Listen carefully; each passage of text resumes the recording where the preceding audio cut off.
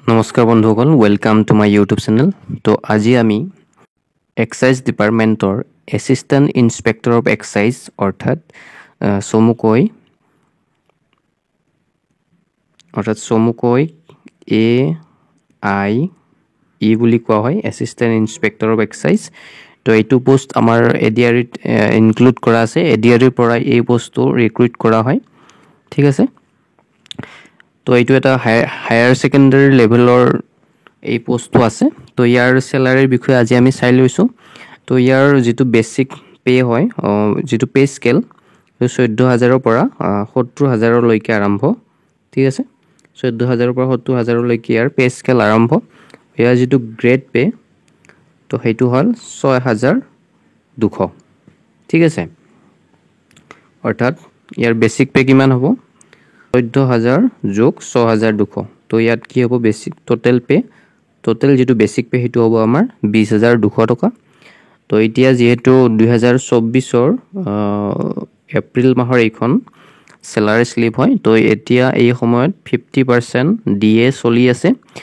তো আপোনালোকে যি সময়ত ভিডিঅ' চাই আছে, তো সেই সময়ত DAটো চেঞ্জ হ'ব পাৰে, তো চেলাৰীটো অকণমান ইফাল হ'ব পাৰে, ঠিক আছে। তো বৰ্তমান DA 50% যিহেতু, গতিকে DA কিমান হ'ব? 20,200-ৰ 50% কিমান হ'ব? 10,100। তো এইটো হ'ল DA। তাৰ লগতে মেডিকেল আহিব 600 টকা। তো আমাৰ টোটেল যিটো গ্ৰছ টোটেল হ'ব সেইটো হ'ব 32,516 টকা, ঠিক আছে। তো ইয়াৰে কিছুমান ডিডাকশ্যন থাকিব। ডিডাকশ্যন কি থাকিব?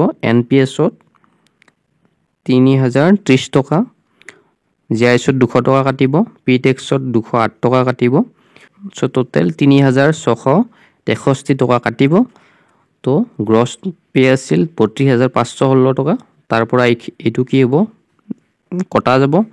আৰু যিটো আমাৰ নেট চেলাৰী সেইটো হ'ব 28,853 টকা, অৰ্থাৎ 28,853 ৰুপিজ, ঠিক আছে। তো এইটো চেলাৰী আপোনালোকৰ একাউণ্টত সোমাব। এইটো আমাৰ ডিগ্ৰী লেভেলৰ যিটো জুনিয়ৰ এছিষ্টেণ্ট আছে, জুনিয়ৰ এছিষ্টেণ্টৰ চেলাৰীৰ ইকুৱেল হয়, যিহেতু জুনিয়ৰ এছিষ্টেণ্টৰ গ্ৰেড পেও ছেম হয় 6,200, আৰু এছিষ্টেণ্ট ইনস্পেক্টৰ অফ এক্সাইজৰো গ্ৰেড পে ছেম হয়, ঠিক আছে। তো গতিকে দুয়োটাৰে চেলাৰী ইকুৱেল হয়, ঠিক আছে। তো ভিডিঅ'টো ইমানেই। Thank U.